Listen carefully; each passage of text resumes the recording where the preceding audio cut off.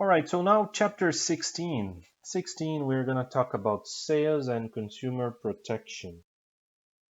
Um, so what are we looking at here in more details?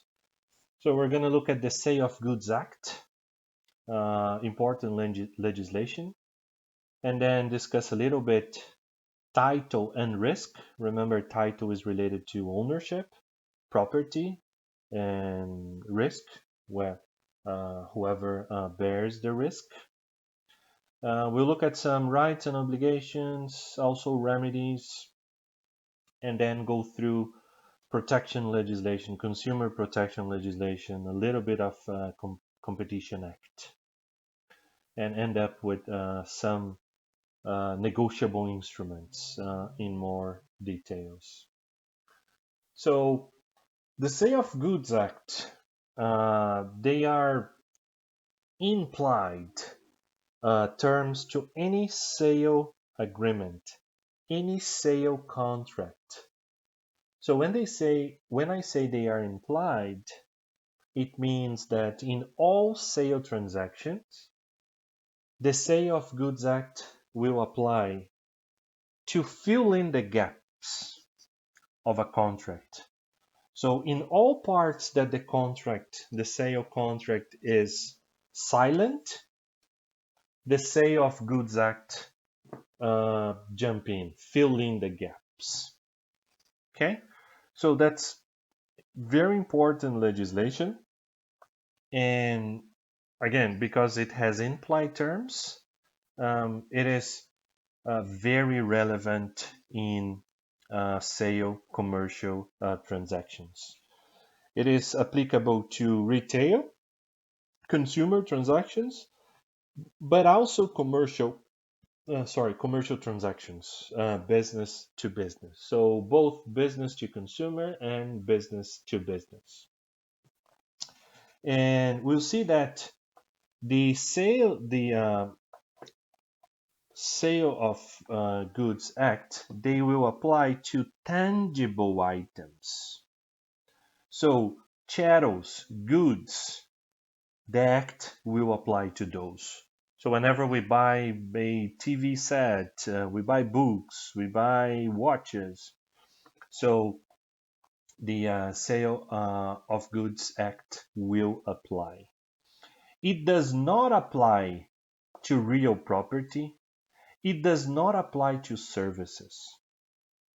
But there's an exception here for services, because if services are related to the goods you are purchasing, so let's say you purchase winter tires, and then you need the installation of those winter tires along with the purchase of the tires, then this is an exception. Then the Sale of Goods Act would apply. But in general, it does not apply to services. It only applies to tangible items, okay? Chattels and goods, as we saw in property law. And the act will apply when title transfers. So if we are in a transaction like a lease transaction, I told you that only possession is transferred to the lessee. And then when the lease is ended, you have to return the car. So there's no transfer of title there. But in a transaction where title will be transferred, title meaning ownership will be transferred, then the act will apply. Okay?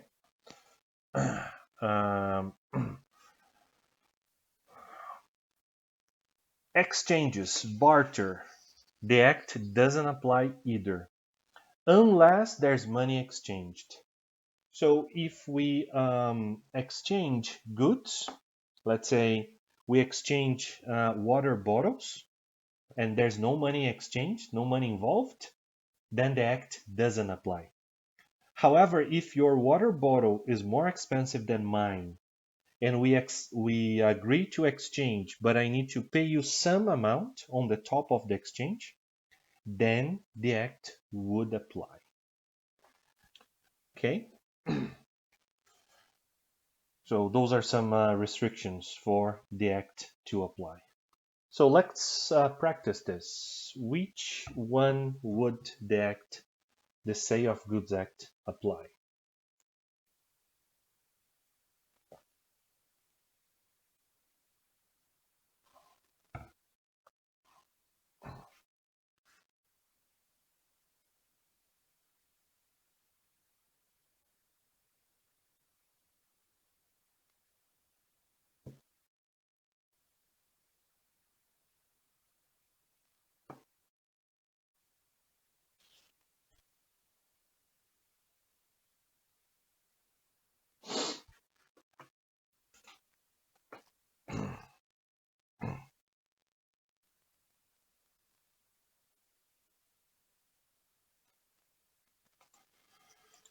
So which one? E, purchase of a house. House, what is a house? House is a real property, so it doesn't apply to real property. A, table. Table, yes, is a tangible good. And title will pass to the buyer, but only in a future date. Okay, it's irrelevant here when title will pass, but title will pass to the buyer. So yes, there will be a transfer of title. So A is the correct answer. Again, why is A the correct answer? Because table is a tangible item, so it applies. And on the top of that, title will pass, even though it will pass only in a future date, but it will pass to the buyer. Okay. C, TV is traded for a computer. This is a barter, this is an exchange, and the Sale of Goods Act only applies in case money is also exchanged. So there's no mention of money in here, so that's why C is not right. The Sale of Goods Act doesn't apply for C because there's only trade, only barter here. Accounts receivable is actually a chosen action, is not a tangible item. It's a right, so the Sale of Goods Act doesn't apply. And the dentist to have a tooth filled. This is a service. You are not purchasing the filling of a tooth. You are purchasing the service. You are paying for a service, the dentist service. So the act doesn't apply in D either. So the right answer again, A. A is the right answer. All right, so moving on. Risk will follow title. So whoever has the title, will bear the risk. You may remember some years ago, I don't know, 5, 6 years ago, there was the launching of a new iPhone. I don't know, iPhone 6, 5, I don't know, I don't remember the name. And this guy was the first one to purchase it. And I'm telling you that in a sale transaction, the title will transfer immediately, unless the parties agree differently. But when you buy an iPhone, you get it instantly. So title is transferred immediately. So if you have the title, you bear the risk. So this guy purchased this iPhone in Australia, the first one, the first iPhone in the world. And then the guy was showing the iPhone to the TV reporter, and the iPhone fell on the floor with the screen down. So that was the first iPhone sold in the world and the first cracked iPhone screen in the world as well for that model. So who was who had the risk? It was the consumer, the buyer, the guy, because the title had transferred immediately. Okay, so if there's a robbery, whoever has the title will bear the loss. Okay, will bear the risk. And I'm not sure you've heard about Incoterms. Incoterms, they were created by the International Chamber of Commerce, the ICC in Paris, France. And the Incoterms, they are terms for risk, related to risk in international movement of goods, sale of goods. They can also be used nationally, nationwide, for transportation companies, but they are highly used for international transactions. So when buyer and seller agree on a sale transaction, they will usually agree on one specific Incoterm. By the way, Incoterms, they are, you can Google Incoterms, you will find a list of several. Here, we're just exemplifying three to you. And the most recent one are the Incoterms 2020. They were just launched late last year. And there are several versions. The earliest one was the 20 and 10, effective until last year, but then now we have the new version, the 2020, um, that has become effective. So if you buy products that are CIF, it means you are paying for the cost of the product plus insurance. If you are paying for insurance, it means that the seller is arranging the insurance for you as well as the freight. Because when you are paying CIF, so you are paying, let's say, $10 CIF for this this bottle, let's say, this glass bottle. So if the seller offers you $10 CIF, it means the seller is offering you the $10 that will cover the cost of the goods, the bottle, plus insurance, plus freight.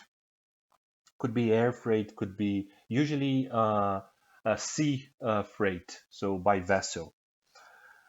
However, if you buy FOB, FOB, it means free on board. So free on board means you are only paying for the cost and the transportation until the vessel, until it is on board. After it is on board, you are the buyer, you are bearing the risk. So if you want insurance and freight, well, if you want insurance, you, the buyer, in a FOB transaction, you have to secure it yourself. And you have to pay the freight as well. Because the seller, their price, their quotation is when it is FOB, it means it is free on board. They are not taking care of insurance and freight. One other example is COD, COD, so cash on delivery. It means when you get the goods, you pay for them. So it means that you don't have the risk of the goods until you get delivery of them and until you pay them. So in a COD transaction, the seller is bearing more risks. So let's say the seller is delivering goods to 10 clients today by truck, and their terms are COD, cash on delivery. So, and let's say in the middle of the day, the truck is involved in an accident. So if goods are damaged, the seller would bear the risk and the loss because their clients would only bear the risk after they paid and took delivery of the products. Okay, so those are some Incoterms. You can research more. This is just an idea of how Incoterms work. And again, they are highly used in international trade, international transactions. Can also be used nationwide, but mostly international transactions. So if you will be working internationally or involved in international trade, I highly recommend you to go deeper into those Incoterms. Okay, so here we were talking about risk. Whoever bears the risk of loss, risk of suffering losses in a sale transaction.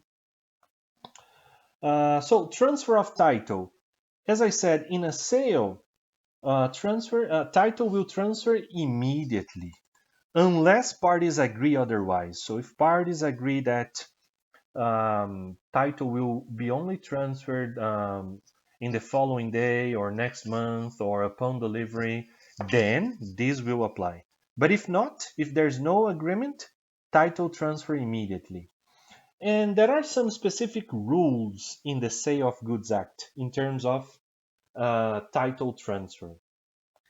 So when goods are in the deliverable state, such as when you go to Best Buy, when you go to Canadian Tires, when you go places to buy goods, and you pay for them and you get them home yourself, so it means they are in a deliverable state.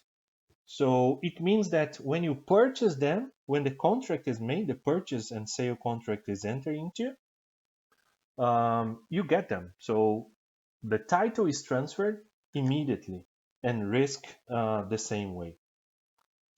However, when the seller has to put the goods into a deliverable state, so for example, if you want to buy yourself a bicycle and the bicycle comes in a box, not fully operational, so you buy them, but you have to go back into the store the next day or 2 days later so that the seller can put it in a deliverable state. So the title and the risk will only pass once you, the buyer, you are notified that the goods are ready to be delivered to you. While they are being put in a deliverable state, even though you have paid already, title and risk have not passed yet. Another rule, the third one, when uh, price has to be ascertained. So let's say goods that have to be weighed, measured.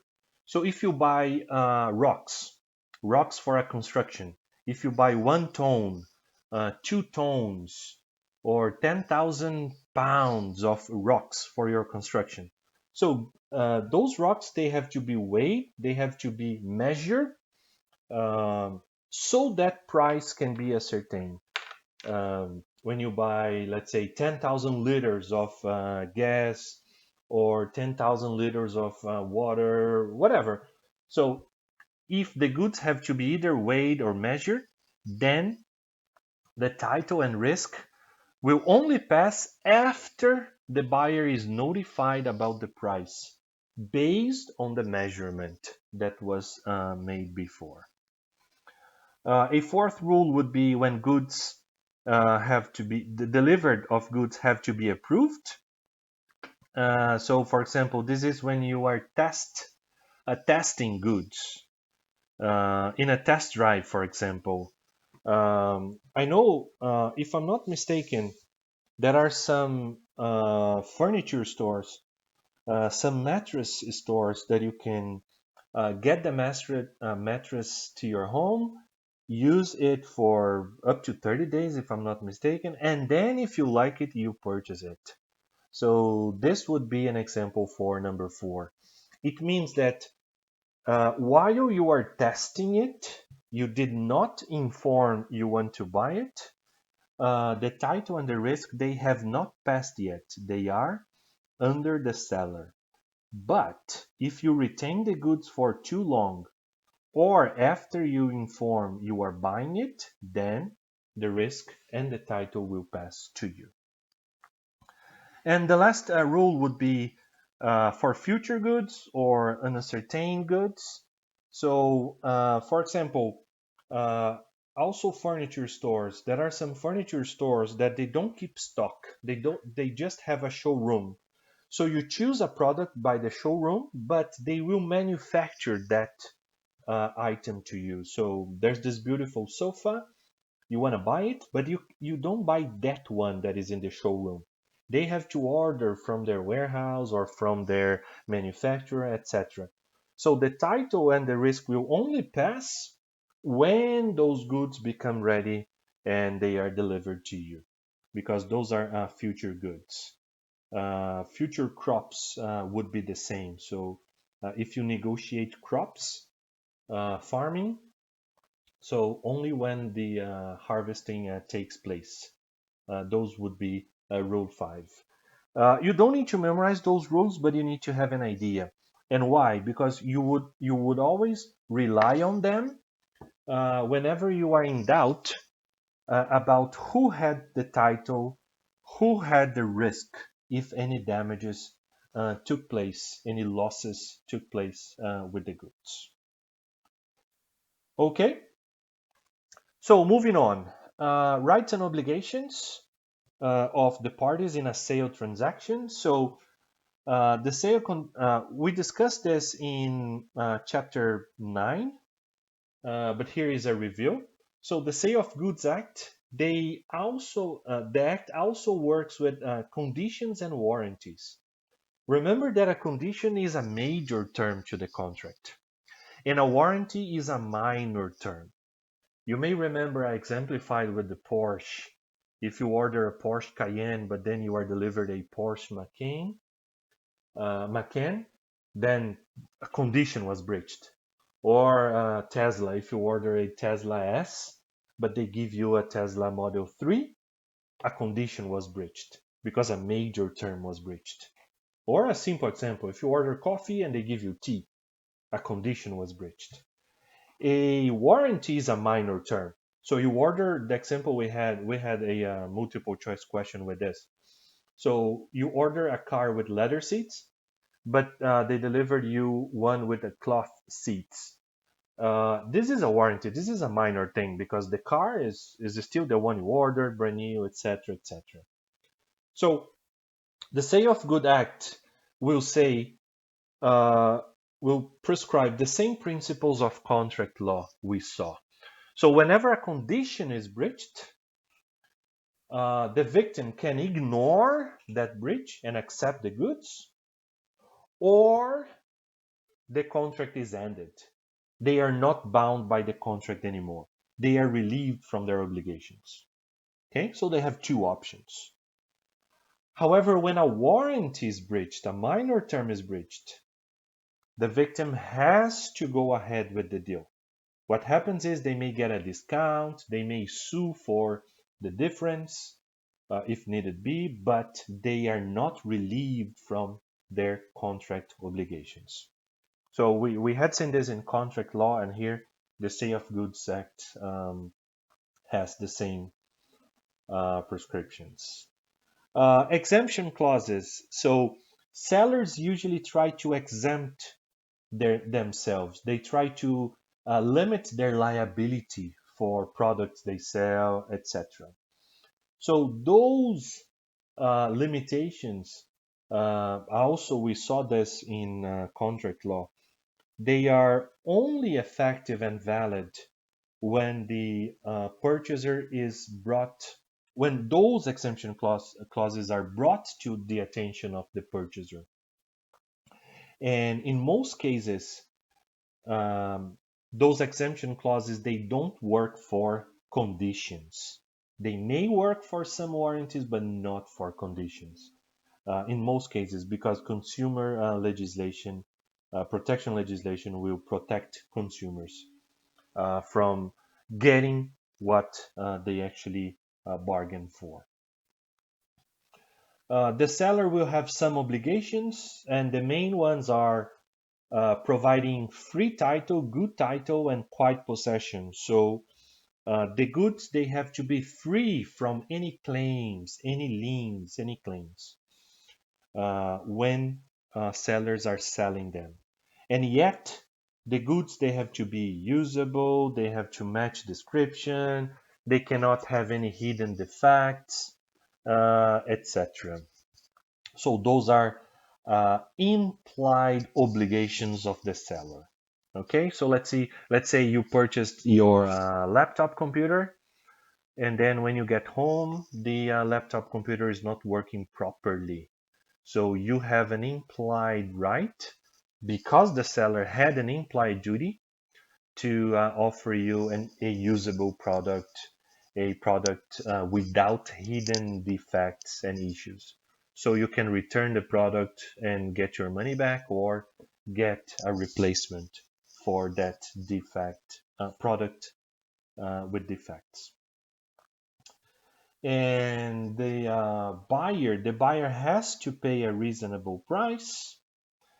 And when goods are purchased in bulk, So the purchaser, if the bulk goods they are not delivered as agreed, the purchaser has, when the wrong quantity is delivered actually, the purchaser may decide to return or to keep the goods. So the purchaser has always an opportunity to return if they are not happy with the wrong quantity, or keep the goods um, and have a discount on it. So, question for you to practice.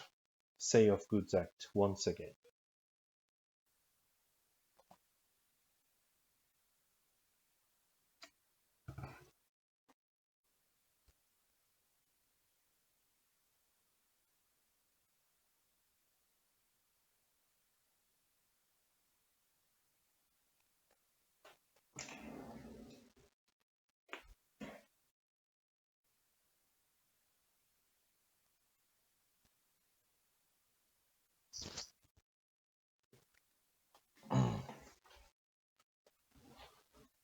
All right, so which one is not an implied term? Not an implied term. B, the buyer's promise satisfaction or the right to get his money back. That's right. Under the Sales of Good Act, satisfaction is not a right.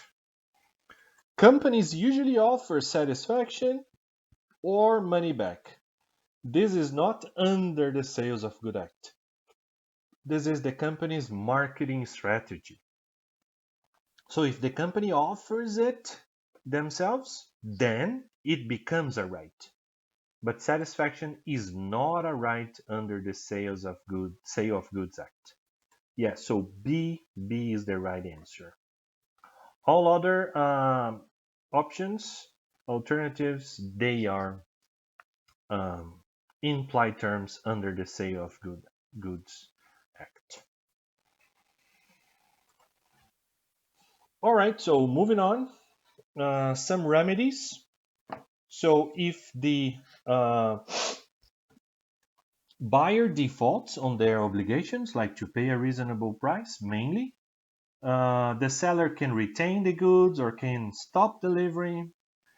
And for unpaid goods, goods that are sold under a term, 30-day term, 30-day payment term, 60-day, the seller can recover the goods even after delivery, but that has to be within 30 days. And also for unpaid goods, when goods are paid under when there's a payment term on the transaction. The seller can also sue for breach of contract and damages if they suffered any damages on that. So this is contract law. The buyer, what are the remedies for the buyer? So the buyers will have the same remedies as in contract law, and they can also withhold payment if there was a breach of condition. And why? Mainly because they are relieved for their obligation, as we saw here. So when a condition is breached, the buyer may decide to be no longer bound to the contract. So they don't need to pay. And if they had paid anything in advance, they would get this money back. All right, so this was mainly the main details I wanted to discuss with regards to the Sale of Goods Act. Now we'll look at consumer legislation. There's just as a slide on online sales and international transactions. International transactions, they may be complex because there may be different domestic legislations applying, different countries' laws applying to a specific transaction, so not so simple. And for online sales, there's um, the regular Sale of Goods Act rules. They also apply for online sales. In terms of consumer protection, why do we have consumer protection legislation? Because the law understands, or legislators politicians who made the law, they understand that consumers, they are the weakest party in a consumer transaction. Usually the company is a strong party when compared to uh, the consumer. So there's lots of consumer protection legislation to protect the consumer. And what is a consumer protection transaction, by the way? It is the one that involve involves goods for personal consumption. So when goods are purchased for resale, this is not a consumer transaction. But when we buy as individuals to consume goods to use ourselves, then this will be a consumer, an example of a consumer transaction. And consumer legislation, protection legislation, will mainly control uh, information and advertising in terms of use and disclosure. Misrepresentations here will be an issue, lies, we'll see some other examples. Also, safety and quality of the goods. They are also dealt with consumer protection legislation. And some unethical business practices. We'll also see some examples in a minute. There's both provincial and federal legislation in place for consumer protection, meaning how important this area of law is. So, in terms of federal legislation, we have the Competition Act, which main objective is to prevent business activities that would interfere with free market. So, cartels are not permitted. For example, I've given you this example already. Let's say um, when companies get together to set a minimum price. So they are interfering with the free market. They are agreeing, illegally agreeing, to keep the price at a certain level. This is not possible. This is illegal. And also, Competition Act will control merger. Let's say Starbucks and Tim Hortons are merging. This would affect the free market as well. This would probably create a monopoly to sell coffee and coffee related products. So the Competition Act also controls this. The government would need to approve.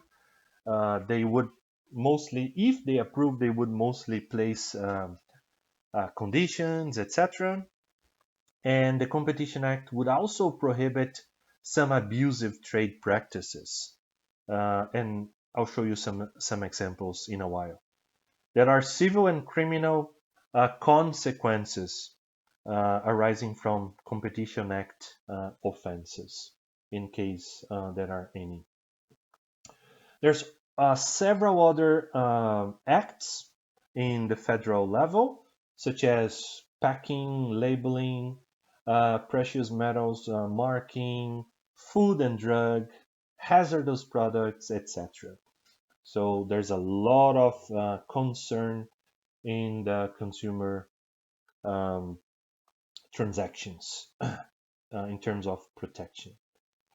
Also, identity theft.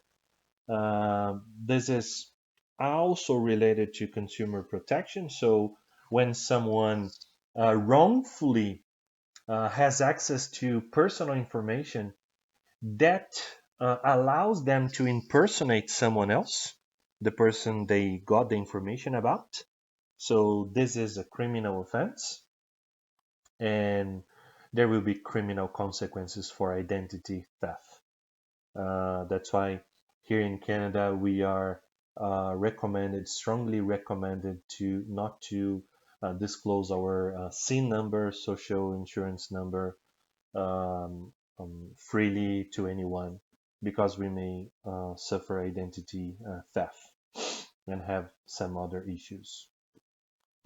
In terms of provincial legislation, they basically touch upon defects and injury that products may cause, injury or losses that products may cause to consumers. And in this case, uh, when products are defective and they cause damages or losses to consumers, consumers will have remedy both in contract law or negligence. So this is also possible here. Uh, the responsibility for the goods. So the Sale of Goods Act we discussed initially, as we saw already, they will impose some responsibility on the sellers, as we saw. And whenever we are victims of unsafe products, we can sue the manufacturer under tort law. If we purchase the product, then we can sue under contract law. But if there was no purchase, we would need to use tort law, negligence, to sue the manufacturer. So some unacceptable business practices would be false or exaggerated claims. Those are not allowed. Unconscionable transactions. We saw this in chapter 8. So when one party is taken advantage of, an example would be, let's say, my mom, she's not so tech savvy. So she's offered a smartphone for $10,000. No one would pay this. This is unconscionable. No reasonable person would pay $10,000 for a smartphone, a regular one. So this is an unconscionable transaction. This is a unacceptable business practice, not allowed. What else? Door-to-door sales. They have some specific rules and restrictions. The main one would be the cooling off period is up to 10 days. So up to 10 days, the purchaser can cancel their purchase, can cancel their contract. Loan transactions. So the true cost of borrowing money has to be disclosed. Let me show you in this example. So you can see here in those small wording here, they say the true cost of the loan. So this is required by consumer legislation. In terms of collecting debts, abusive practice are not allowed. Also, the debt collection agencies, they have to be registered and licensed. So there's a license required and registration. And debtors, they can sue under tort law. They can sue if they are victim of intimidation, of any threat. They could also use tort law to protect themselves. To finish, we have negotiable instruments. So I mentioned a little bit in chapter 15. Negotiable instruments are documents, are instruments that can be passed from one to the other. Checks, promissory notes. So they are regulated by federal statute, federal law in Canada. And they are rights. So the creditor can claim for the funds against the one who has to pay, the drawer of the instrument. They are transferable and they are also used as credit instrument. So you borrow some money from me, so I will have you to sign a promissory note. So in case you don't pay me, I have a promissory note as evidence. And yet I can use a promissory note to transfer to someone, to use as a credit instrument. So instead of paying someone, I would pass the promissory note if the other party accepts. So that can also be used as a credit instrument.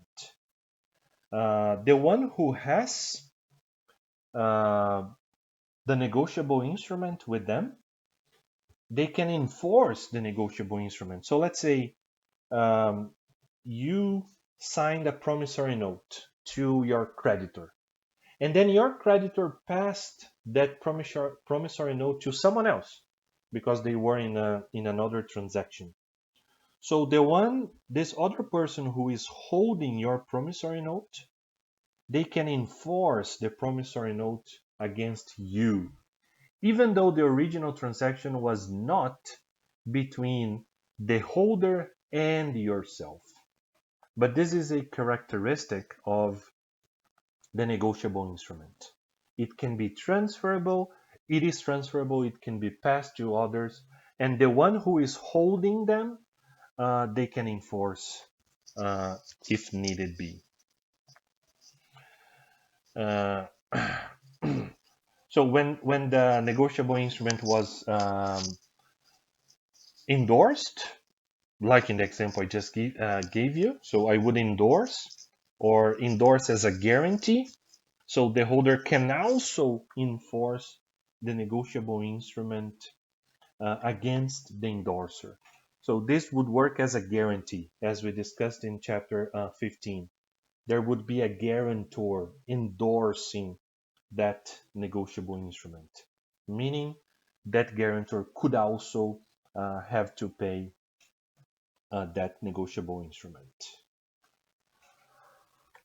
So that's what I wanted to share with you with regards to sales legislation and consumer protection.